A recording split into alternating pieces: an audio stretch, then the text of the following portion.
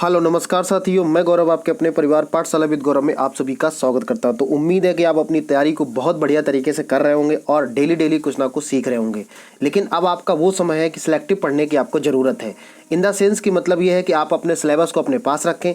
जिन चीज़ों को अभी तक आपने नहीं पढ़ा उनको आपको बहुत बेहतरीन ढंग से तैयार करना है। जो चीज़ें आपकी छूट जाती हैं, पढ़ना और सिलेक्टिव पढ़ना दोनों में बहुत बड़ा अंतर है। मैंने आपको बताया है, ज़्यादा वीडियो आपको नहीं मिलेंगे, लेकिन जितने वीडियो मिलेंगे उनसे आपको कुछ ना कुछ रिजल्ट जरूर निकल के आएगा। ठीक है, तो यहाँ पर आज हम संविधान के बारे में बात करेंगे। संविधान के जो 10 क्वेश्चन आपके आए थे उनके बारे में बात करेंगे कि कौन कौन से प्रश्न थे, कैसे प्रश्न थे और उनसे रिलेटेड हमें कौन कौन चीज़ों का याद रखना है। ठीक है, चलिए, तो इसके बाद ये चीज़ समझ में क्लियर हो गया होगा उम्मीद है। अब हम लोग करते हैं आगे बढ़ाते हुए। तो आगे बढ़ने से पहले जिन साथियों ने अभी तक हमारे चैनल को सब्सक्राइब नहीं किया है, सबसे पहले नंबर पे चैनल को सब्सक्राइब कर लें, बेल आइकन को प्रेस कर लें, जिससे कि इसी तरीके की फ्री क्लासेस आपको इस चैनल के माध्यम से मिलती रहे।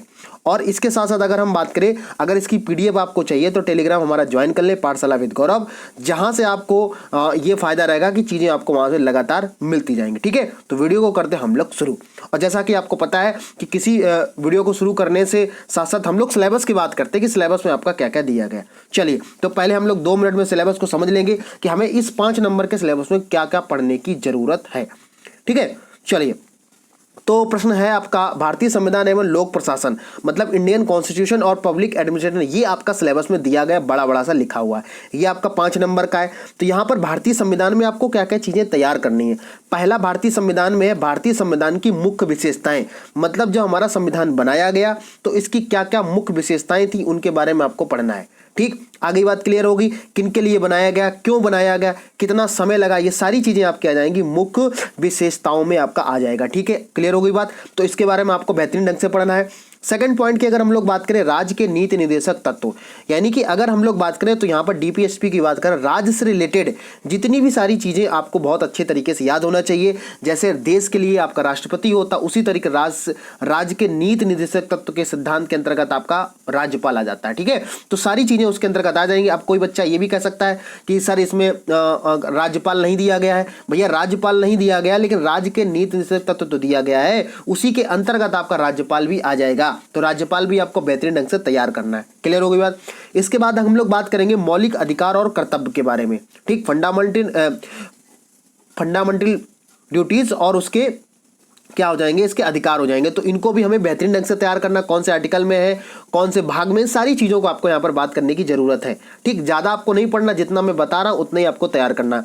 अब बात करते हैं कि संसदीय प्रणाली क्या हो जाएगी। तो आपको ये संसद के अंतर्गत आपका लोकसभा चुनाव हो जाएगा। संसद से रिलेटेड जितनी भी चीजें हैं वहां आपको तैयार करनी पड़ेंगी। ये बात क्लियर हो गई यहाँ तक। चलिए, अगला पॉइंट देखो क्या दे रखा आपके सिलेबस में मेंशन है।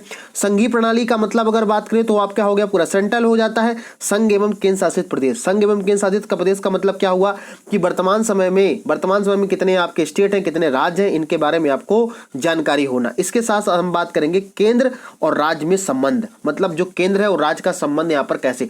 जैसे आपने देखा होगा पिछली बार आपका प्रश्न आया था कि कौन सा समवर्ती सूची में, कौन सा राज्य सूची में, ठीक है ना। तो यहां से आपका प्रश्न बनता है, तो आपको सारी चीजें देख लेना। इसके बाद अगर हम लोग बात करें न्यायिक ढांचा, सर्वोच्च न्यायालय और उच्च न्यायालय, मतलब हाई कोर्ट और सुप्रीम कोर्ट भी आपको पढ़ना है। यहाँ पर इतनी चीजें आपको यहाँ पर पढ़नी है, किसमें, कॉन्स्टिट्यूशन में, संविधान में या पॉलिटी में आपको पढ़ने की जरूरत है। अगर अभी भी आप सो रहे हो तो आप जाग जाओ, क्योंकि अब आपका समय बिल्कुल लिमिटेड बचा हुआ है, बहुत ही कम बचा है। इसके साथ आपका जिला प्रशासन भी यहाँ से पूछा जाएगा। जिला प्रशासन आपके सिलेबस में मेंशन है। और स्थानीय निकाय और पंचायती राज, यानी कि जो भी आपका पता है, ग्राम विकास हो गया का नाम, इसके बाद विकास खंड हो गया, इन सारी चीज़ों के बारे में आपसे पूरा सिलेबस में दिया गया है। और ये सिलेबस पूरा 5 नंबर का है। ये मान के चलिएगा बेहतरीन ढंग से अगर इतना आपने तैयार कर लिया, एक भी प्रश्न आपका इधर से उधर नहीं जाएगा। ठीक है, क्लियर होगी बात। ये सिलेबस आपको डिस्कशन मैंने कर लिया। अब हम लोग ये बात करेंगे कि इससे रिलेटेड कौन से प्रश्न जो थे वो दोनों शिफ्टों में आपके आए थे। क्लियर होगी बात। चलिए, तो यहाँ पर देखते हैं, पहला प्रश्न आप लोगों के सामने आ गया है। मैंने जैसा कि ये पहले आपको बताया था कि पहला प्रश्न देखो क्या दे रखा। पहला प्रश्न कह रहा है कि भारत के संविधान में जन स्वास्थ्य और स्वच्छता किसमें शामिल है। तो ये आपसे पूछ रहा है कि कौन सी सूची में ये आएगा। पहला दे रखा है राज्य सूची, समवर्ती सूची, संघ सूची और इनमें से कोई नहीं। एक बार मैं 1 मिनट के लिए आपको सारी चीजें बता देता हूं, फिर मैं इसके ऑप्शन पे यहाँ पर आता हूं। देखो, राज्य सूची का मतलब होगा राज्य से संबंधित जो भी चीज होगी उसको राज्य सूची में आएगा। समवर्ती सूची की अगर हम लोग बात करें तो राज्य और केंद्र वो दोनों का हो जाएगा आपका समवर्ती सूची के अंतर्गत चीजें आ जाएंगी।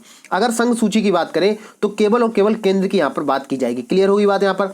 अब यहाँ पर आपको कैसे चीजें याद कैसे रखनी है, तो आप अभी इस वीडियो को खत्म होने के बाद में यूट्यूब पे सर्च करिए, जो भी आपके पास बुक हो, राज्य सूची, समवर्ती सूची और संघ सूची के अंतर्गत कितनी चीजें आती हैं उनको एक कॉपी में आप जल्दी से नोट कर लें, तो आपका एक प्रश्न यहाँ से बिल्कुल बेहतरीन तरीके से गलत नहीं होगा। ठीक है, क्लियर हो गई बात। तो अब आपसे प्रश्न पे आते हैं, कह जन स्वास्थ्य एवं स्वच्छता किसमें शामिल है, तो इसका राइट आंसर क्या बनेगा, इसका राइट आंसर बन जाएगा राज्य सूची के अंतर्गत आपका आता है। जैसे हम बात करते हैं उत्तर प्रदेश की, तो उत्तर प्रदेश में आपने देखा होगा अलग अलग तरीके की योजनाएं चलती रहती हैं जन स्वास्थ्य और स्वच्छता के अंतर्गत, तो वो किसके अंतर्गत आता है, ये आपका आ जाएगा किसके अंतर्गत, राज्य सूची के अंतर्गत आ जाएगा। ये बात क्लियर हो गई, यहां तक समझ में आ गया होगा कि इसमें आपको क्या तैयार करने की जरूरत है। तो ऐसे आप चीजों को तैयार करें जिससे कि क्या हो कि आपको समस्या ना हो किसी प्रकार की।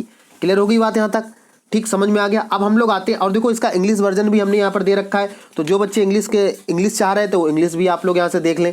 क्लियर हो गई बात। चलिए आते हैं नेक्स्ट प्रश्न पे। नेक्स्ट प्रश्न आपका क्या दे रखा है, कह रहा भारत में पंचायती राज व्यवस्था के किसके अंतर्गत रखा गया है, तो जरा बताओ इसका आंसर क्या हो जाएगा। सभी लोग साथ में कमेंट करें या वीडियो को पॉज करके आप लोग उसका आंसर पहले नंबर पे आप सोच लिया करें कि इसका आंसर क्या बनेगा। ठीक है बात भाई। चलिए तो हम लोग यहाँ पर अगर बात करें सबसे पहले नंबर की, अच्छा करा कि पंचायती राज इसके अंतर्गत रखा गया है। देखो पंचायती राज की बात हो रही है, पंचायती राज आपको पूरा तैयार कर लेना है कि पंचायती राज सबसे पहले कहां पर लागू किया गया था, किसके अंतर्गत बना था, कौन सी समिति के अंतर्गत, ये सारी चीजें आपको तैयार करनी है। ठीक है चलिए, तो कह रहा है किसके अंतर्गत रखा है, तो भैया ये रखा गया आपका मूल अधिकार के अंतर्गत, यानी कि फंडामेंटल जो राइट आपको मिले हुए हैं उसके अंतर्गत ही पंचायती राज व्यवस्था का अंतर्गत रखा गया है। क्लियर हो गई बात यहां तक। ठीक है भैया, तो ये किसके अंतर्गत रखा गया है, इसकी हम लोग बात करें तो ये आपका किसके, पंचायती राज व्यवस्था अगर बात करें तो ये अगर हम इसकी बात करते हैं तो पंचायती राज में मूल अधिकार के अंतर्गत नहीं आएगा, ये आपका राज्य के नीति निषेधक तत्व आ जाएगा। यहां पर थोड़ा सा करेक्शन कर लेंगे आप लोग। ठीक है भैया, चलो तो यहां पर आपसे क्या पूछा था, पूछ रहा है कि पंचायती राज व्यवस्था में किसके अंतर्गत रखा गया है, तो यहां पर अगर हम लोग बात करें तो इसका आंसर राइट क्या हो जाएगा, राज्य के नीति निर्देशक तत्व के अंतर्गत आएगा। और जैसा कि आपको सिलेबस में ये चीज मेंशन की हुई है, तो यहां पर हम लोग इसको वो क्या बोलते हैं, डीपीएसपी हम लोग इसको बोल देते हैं, डीपीएसपी बोल देते हैं, यानी कि डायरेक्टिव प्रिंसिपल स्टेट पॉलिसी। ठीक है, क्लियर हो गई बात यहाँ पर। ये किसके अंतर्गत रखा जाएगा, अब जरा बताना, अगर हम लोग इसकी बात करते हैं तो कोई बता सकता है कि पंचायती राज जो है वो कौन से भाग में अंतर्गत इसकी बात की गई है, तो भैया याद रखिएगा भाग 4 के अंतर्गत आपका ये चीज बनाई गई है पंचायती राज विभाग की। जितने मैं आपको एक्सप्रेशन बता रहा हूं इनके अंतर्गत आपको रखना। अगर यहीं पर बात करें नीति निदेशक जो तत्व है बेटा, ये कौन से अंतर्गत अनुच्छेद के अंतर्गत रखे गए हैं, तो भैया याद रखिएगा ये अनुच्छेद 40 के अंतर्गत आपके रखे गए हैं। कौन से, अनुच्छेद 40 के अंतर्गत रखे गए हैं। ठीक, क्लियर होगी बात। अब यहां पर अगर हम लोग बात करें तो भैया मूल अधिकार जो आपका है आपको अच्छे से पता होना चाहिए। मूल अधिकार बताओ कितने से कितने तक है, तो 12 से 35 तक आपको याद रखना है। मूल अधिकार 12 से 35 तक आपके दिए गए हैं कॉन्स्टिट्यूशन यानी कि संविधान में। क्लियर हो गई बात यहां तक। ठीक है, तो क्वेश्चन नंबर 2 क्लियर हो गया। यहाँ पर क्या हो जाएगा, पंचायती राज जो व्यवस्था है ये किसमें, राज्य के नीति निषेधक तत्व में यहाँ पर दी गई है। क्लियर हो गई। चलिए अगला बढ़े हम लोग। अगला कह रहा है कि शिक्षा का अधिकार एक मौलिक अधिकार है जो किससे संबंधित है। अब यहाँ पर आपसे अच्छे से आपको पता होगा कि शिक्षा का अधिकार पूछ रहा, देखो मौलिक अधिकार, फिर से आर्टिकल आपको याद रखना है। आर्टिकल में आपको यहाँ पर कंजूसी बिल्कुल भी नहीं करनी, जितने आर्टिकल आपको पूछे, क्योंकि दोनों शिफ्ट में प्रश्न पूछा गया था। क्या कह रहा है, मौलिक शिक्षा का अधिकार एक मौलिक अधिकार है, तो ये कौन से आर्टिकल के अंतर्गत रखा गया, तो आपको अच्छे से याद होगा कि मैंने आपको कई बार बताया हुआ अनुच्छेद 21A के अंतर्गत ये रखा गया है। ठीक, जल्दी से कमेंट करके सभी लोग बताएंगे भैया 19 किसके अंतर्गत रखा गया है और 29 के अंतर्गत किसके अंतर्गत रखा गया है, बताएं सभी लोग यहाँ पर। तो देखो जैसा कि मैंने आपको बताया था कि अगर हम बात करते हैं हम लोग अगर बात करते हैं किसके, अगर आपसे पूछा जाए कि कौन से संशोधन के तहत इसकी बात की गई है, तो भैया अगर हम इसकी बात करें तो ये 86वां संशोधन हुआ था आपका, उसके अंतर्गत मौलिक अधिकार शिक्षा के अधिकार को अंतर्गत ये रखा जाता है। क्लियर हो गई बात यहाँ पर। ठीक है, कमेंट करके सभी लोग बताएंगे 19 के अंतर्गत क्या आता है और 29 और 30 के अंतर्गत क्या आता है। क्लियर हो गई बात यहाँ पर। तो ऑप्शन नंबर क्या हो जाएगा, पहला ऑप्शन राइट होगा। देखो ऑप्शन समझना, ऑप्शन तो आप किताब में मिल जाएंगे आपको, लेकिन जो इसका एक्सप्लेनेशन है वो आपको याद रखना है। अगला प्रश्न क्या कह रहा है, कह रहा है कि निम्न में से किसके किसने संविधान सभा के उद्देश्य प्रस्ताव को रखा था? तो यहां पर बात किसकी हो रही है? ऑब्जेक्टिव रिलेशन की बात हो रही है, यानी कि आपसे बात कर रहा है उद्देश्य प्रस्ताव, यानी कि जब संविधान सभा बना था तो उसमें उद्देश्य प्रस्ताव किसने रखा था, ये भी आपको अच्छे से याद होना चाहिए। यहां पर अगर हम लोग बात करें तो इसके आंसर क्या हो जाएंगे? जवाहरलाल नेहरू हो जाएंगे। मतलब आपका जो संविधान सभा था उसका उद्देश्य प्रस्ताव किसने रखा था? जवाहरलाल नेहरू ने रखा था। क्लियर होगी बात? तो कॉन्स्टिट्यूशन से देख रहे हो कितने बेहतरीन प्रश्न आपके यहाँ पर निकल के आते हैं। क्लियर होगी बात? अच्छा बताओ, आपका यहाँ पर बात की गई ऑप्शन नंबर सी में बी आर अम्बेडकर, है ना, बाबा साहब भीमराव अम्बेडकर की बात है। बताओ ये कौन से समिति के अध्यक्ष थे? तो आप लोग क्या बोलोगे? भैया ये थे ड्राफ्ट कमेटी, किसके? ड्राफ्ट कमेटी के ये अध्यक्ष थे। ये बात क्लियर हो गई यहाँ पर। तो बी आर अम्बेडकर का अगर आपसे पूछा जाता है तो ड्राफ्ट कमेटी प्रारूप समिति, यानी कि संविधान की अगर हम बात करें तो संविधान में जो ड्राफ्ट, जैसे अगर हम बात करते हैं पूरा ढांचा तैयार करना, तो ढांचा तैयार करने का काम किसके पास था? तो ये था आपका बी आर अम्बेडकर साहब के पास में। क्लियर होगी बात यहाँ पर। अब देखो एक आपसे ऑप्शन दे रखा बी एन राव, तो बी एन राव आप कमेंट करके बताइएगा बी एन राव कौन थे? तो आपको अच्छे से पता है बी एन राव कौन थे? संवैधानिक सलाहकार थे, यानी कि संवैधानिक सलाहकार मतलब जो भी संविधान से रिलेटेड सलाह की चीजें होंगी, कहां पर चीजों को करेक्शन करना हुआ, तो वो कौन थे? बी एन राव थे। क्लियर होगी बात? और महात्मा गांधी के बारे में आपको अच्छे से जानते हो, तो ये मैंने लिखता बताने का वाला पॉइंट है। क्लियर हो गई बात? तो उद्देश्य प्रस्ताव किसने पारित किया था या किसने रखा था? जवाहरलाल नेहरू ने किया था। बी एन राव ने संवैधानिक किया था, बी आर अम्बेडकर ने ड्राफ्ट कमेटी के अध्यक्ष थे। ये सारी चीजें आपको तैयार कर लेनी है बहुत बेहतरीन तरीके से, ठीक है। चलिए आगे आते हैं हम लोग क्वेश्चन नंबर 25 की तरफ हम लोग बढ़ रहे हैं, यानी क्वेश्चन नंबर 5 की बात करेंगे। प्रश्न कह रहा है कि भारतीय संविधान के किस अनुच्छेद में अल्पसंख्यकों के हित में बात की गई है? यानी कि अल्पसंख्यक की अगर हम लोग बात करें तो भैया माइनॉरिटी की बात की गई है। तो बताओ सभी लोग आंसर यहाँ पर कर पाएंगे। बहुत उम्दा प्रश्न है भैया ये, इसमें आपको किसी प्रश्न को गलत करने की जरूरत नहीं है। तो भैया यहाँ पर हो जाएगा आपका right answer option number C, यानी कि अनुच्छेद आर्टिकल 29 में यहाँ पर बात किसकी की गई है। अब यहां पर ये 12 से, मैंने बताया था बेटा 12 से 35 जिसने याद कर लिया, 1 से 2 प्रश्न देखने को एग्जाम में मिलेंगे। 12 से 35 ये आपको बहुत बेहतरीन तरीके से तैयार कर लेना, ठीक है। अच्छा बताओ यहाँ पर अनुच्छेद 21 दिया गया, 24 दिया, इसके किसके अंतर्गत आ जाएगा? तो बेटा यहाँ पर अगर हम लोग बात करें, आपको अच्छे से पता कि अनुच्छेद 24 में किसकी बात की गई? अनुच्छेद 24 में बात की गई है कि आपका जो भी 14 वर्ष से कम वर्ष के बच्चे होते हैं उनको आपको काल कारखानों में काम कराने की अनुमति नहीं होती है। ठीक, क्लियर हो गई? ये अनुच्छेद 24 में आपका पूरा क्लियर करके दिया गया है। ठीक हो गई बात। अगर 21 की हम लोग बात करें तो 21 में आपका प्राण और दैहिक स्वतंत्रता के बारे में है कि अगर अपने प्राण आप त्यागना चाह रहे हो, अगर आपके मतलब मृत्यु इच्छा जिसे बोलते हैं, तो आप अनुच्छेद 21 के अंतर्गत। लेकिन 21 का के अंतर्गत बेटा आपका किसके मतलब किसको रखा गया? देखो 21 का के अंतर्गत अभी मैंने आपको बताया था, ये आपका हो जाएगा शिक्षा का अधिकार। क्लियर हो गई बात यहाँ पर, ठीक है। तो एक एक पॉइंट को मैंने यहाँ पर बता दिया, तो आप इस चीज को तैयार करते रहे साथ में। क्लियर हो गई? तो अब ये थे भैया पांच प्रश्न थे आपके जो फर्स्ट शिफ्ट में आपके आए थे। कैसे प्रश्न थे आपको बेहतरीन तरीके से समझ में आया होगा इनका एक्सप्लेनेशन। क्लियर हो गई बात? चलिए अब हम लोग आते हैं जो सेकंड शिफ्ट में आपका पेपर हुआ था उसके हम लोग बात करेंगे। देखो अब हम यहाँ पर बात कर रहे थे कि क्वेश्चन नंबर 1 की तरफ, मतलब शिफ्ट नंबर सेकंड जो हुआ था उसमें आपको प्रश्न क्या दिया था। देखो फिर से प्रश्न आपका वही पूछ लिया, लेकिन पूछने का तरीका थोड़ा सा बदल गया। मैं बता रहा हूं कि अगर आप सिलेबस के अकॉर्डिंग चीजें करोगे, ज्यादा पढ़ने की जरूरत आपको नहीं है। जितना सिलेक्टिव आपको पढ़ना है, सिलेबस उठाइएगा, अपने पास जो भी किताब आपके पास पुरानी हो उनसे पढ़िएगा आप।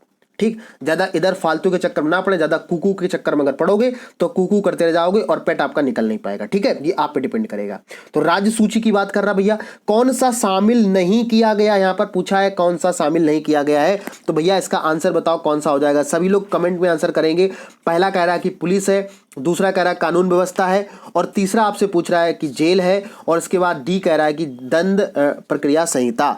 किसके अंतर्गत इसको नहीं रखा गया है बताओ। आपसे पूछा राज्य सूची के अंतर्गत किसको नहीं रखा गया है, तो भैया बताओ इसका आंसर क्या हो जाएगा। सभी लोग जल्दी से आंसर करेंगे। तो यहां पर अगर हम लोग बात करें राज्य सूची के अंतर्गत जो है ये आपका दंड प्रक्रिया संहिता यहां पर नहीं रखा गया है।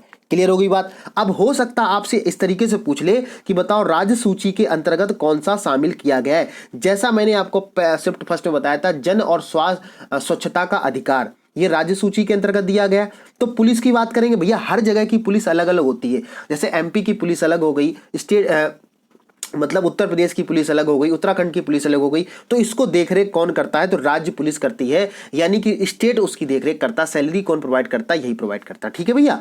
कानून व्यवस्था की बात करेंगे तो भैया जाहिर सी बात, पुलिस जहां पर होगा कानून व्यवस्था उसी के अंदर का। जेल की बात होगी तो सभी डिस्ट्रिक्ट का या सभी स्टेट का क्या होता है? जेल अलग अलग होता है। तो यहाँ पर इसका सेंट्रल का कोई मतलब यहाँ पर नहीं होता। ठीक, दंड प्रक्रिया जो है ये आपका अलग आ जाएगा।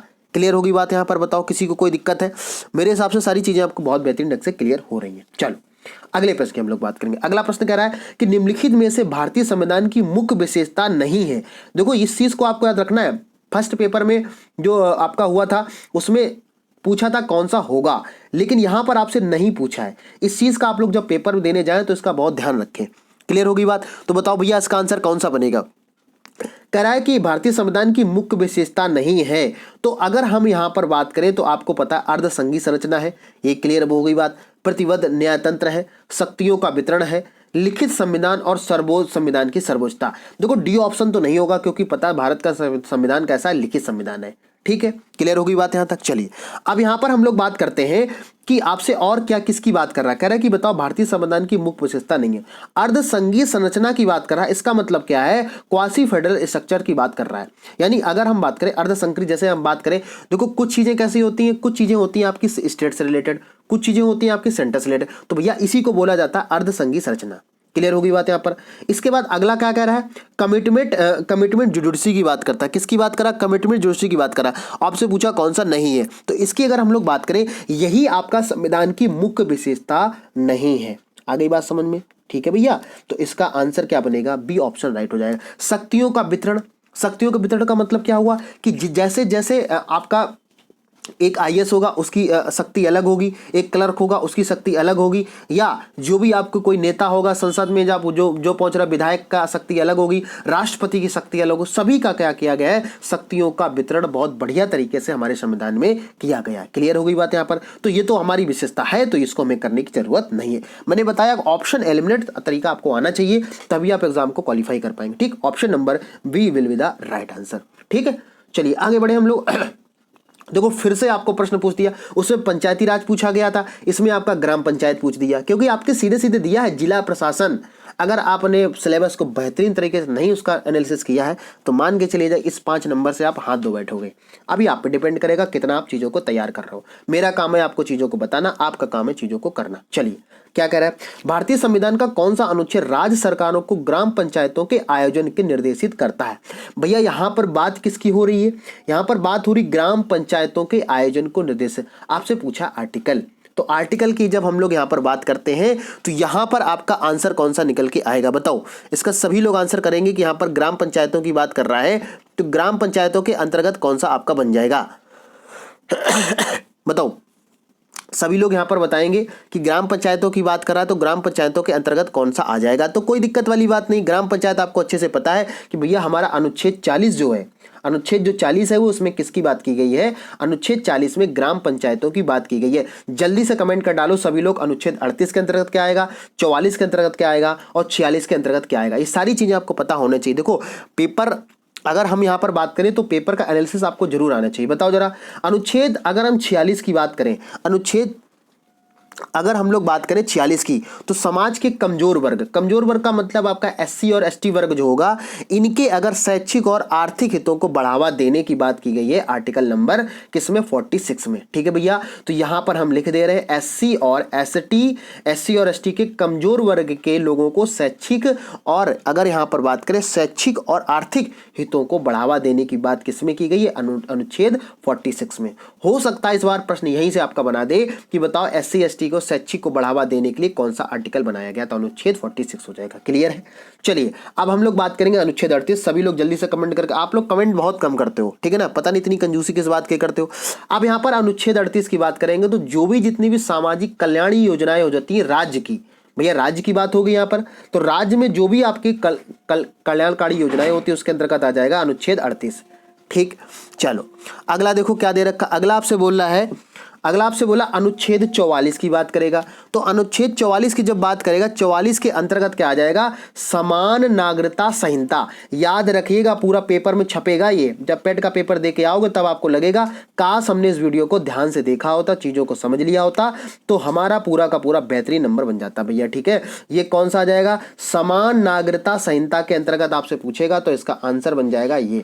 तो मैंने सभी आर्टिकल को आपको बेहतरीन ढंग से यहाँ पर चीजों को क्लियर करा दिया। ठीक है भैया, चलो क्लियर हो गया। ऐसे आपको चीजों को तैयार करना, ये नहीं बस आंसर रट लिया, रट्टा मार दिया, ग्राम पंचायत 40 के अंदर, ऐसे नहीं तैयारी होती बेटा। ठीक है, सारी चीजें आपको बेहतरीन तैयार होंगी, तब आप अच्छे तरीके से कर पाओगे। तो हम लोग आते हैं आप नेक्स्ट प्रश्न की तरफ। ठीक है भैया, चलो अगला क्या कह रहा है, कह रहा त्रिस्तरीय पंचायती राज व्यवस्था का विचार किसने रखा था।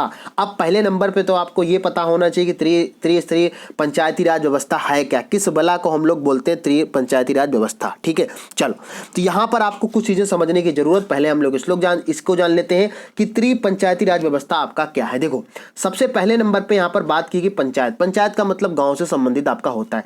तो यहाँ पर सबसे पहले नंबर पे आपका ग्राम रखा गया। किसकी बात रखी गई भैया, ग्राम की बात की गई है। ग्राम की अगर हम लोग बात करें, ग्राम के बाजार में आपका जो भी ब्लॉक हो जाएंगे, ये भी आपका उसी के अंतर्गत रखेंगे। ठीक है, त्रिस्तरीय का मतलब 3 स्तर की आपके पंचायती राज व्यवस्था को रखा गया है। क्लियर हो गई बात यहाँ पर। और इसके बाद आपका जो भी स्टेट होगा, सॉरी जो भी इसका जिला होगा, जिला के अंतर्गत जो भी सारी चीजें आएंगी, इसी को हम लोग बोलते हैं ग्राम, ब्लॉक और जिला स्तर की योजनाएं जो कहलाती हैं, इन्हीं को बोला जाता है त्रिस्तरीय पंचायती राज व्यवस्था। क्लियर हो गई बात यहाँ तक, बताओ किसी बच्चे को कोई दिक्कत तो नहीं है। चलिए अब हम लोग बात करते हैं भैया ये विचार किसने रखा था। सभी लोग कमेंट करके बताएंगे बहुत बेहतरीन तरीके से यहाँ पर। चलिए यहाँ पर आपसे बोलेगा, तो यहाँ पर आपको अच्छे से याद रखना है कि जब भैया त्रिस्तरीय पंचायती राज व्यवस्था की बात होती तो इसका आंसर क्या हो जाएगा, सभी लोगों का आंसर यहाँ पर आना चाहिए। तो ये भैया कौन सा हो जाएगा, आपका आंसर बनेगा जाके बलवंत राय मेहता जो समिति थी भैया, इसके अंतर्गत ये रखा गया था। क्लियर हो गई बात यहाँ पर। ठीक, अच्छा सभी लोग कमेंट करके बताएंगे कि बलवंत राय मेहता जो समिति थी ये कब बनाई गई थी, कौन से संशोधन के तहत इसको रखा गया था। आप लोगों को मैं कमेंट में वेट करूंगा कि कमेंट में कितने बच्चे हैं जो आंसर करते हैं। ठीक है भैया, चलो क्लियर होगी बात यहाँ पर।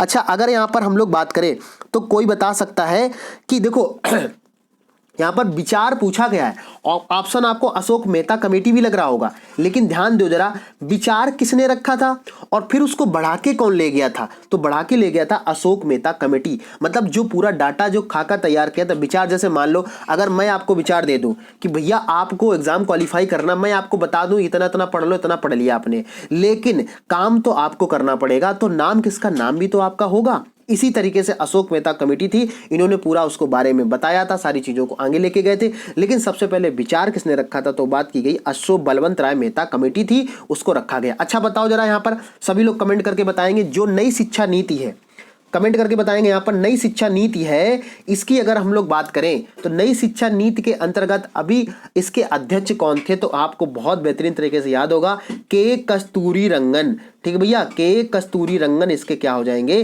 राइट आंसर हो जाएंगे। ठीक है भैया, तो नीति आयोग के अगर पूछे अध्यक्ष कौन थे, किसके देख रेख में बनाए गए, तो के कस्तूरी रंगन थे। क्लियर हो गई बात यहाँ तक। उम्मीद है कि आपने बहुत बेहतरीन ढंग से चीजों को, एक एक पॉइंट को आपने सीखा होगा, सीखने के बाद में समझा होगा।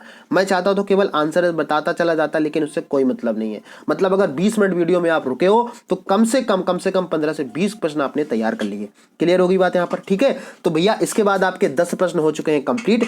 अब अगर हम बात करें तो भैया आपको क्या करना है कि वीडियो को ज्यादा से ज्यादा लाइक करना है, शेयर करना है, जिससे कि हम उन बच्चों तक पहुंच पाए जो सच में नहीं पढ़ पा रहे, जिनके पास किसी प्रकार की समस्या है, वो नहीं पढ़ पाते। तो आपका दायित्व बनता है एक छात्र के नाते कि उन तक आप इस बात को पहुंचाएं।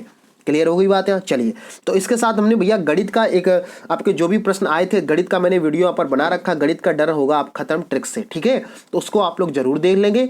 और अगर आप चैनल पे बिल्कुल ही नए हैं तो हमारे चैनल को सब्सक्राइब जरूर कर लें, जिससे कि आपको इसी तरीके की फ्री क्लासेस यहाँ से मिलती रहे। अगर आप सोशल मीडिया यूज करते हैं तो फेसबुक हो गया, इंस्टाग्राम हो गया, ट्विटर हो गया, यूट्यूब हो गया, इस पर आपको सर्च करना है पाठशाला विद गौरव, और वहाँ पर आपको क्या है, वहाँ पर चैनल को सब्सक्राइब भी कर लेना है, फॉलो कर लेना है। ठीक है, तो फिर हम लोग मिलते हैं किसी नेक्स्ट वीडियो में नेक्स्ट अपडेट के साथ में। तब तक के लिए आप लोग पढ़ते रहिए, खुश रहिए। जय हिंद।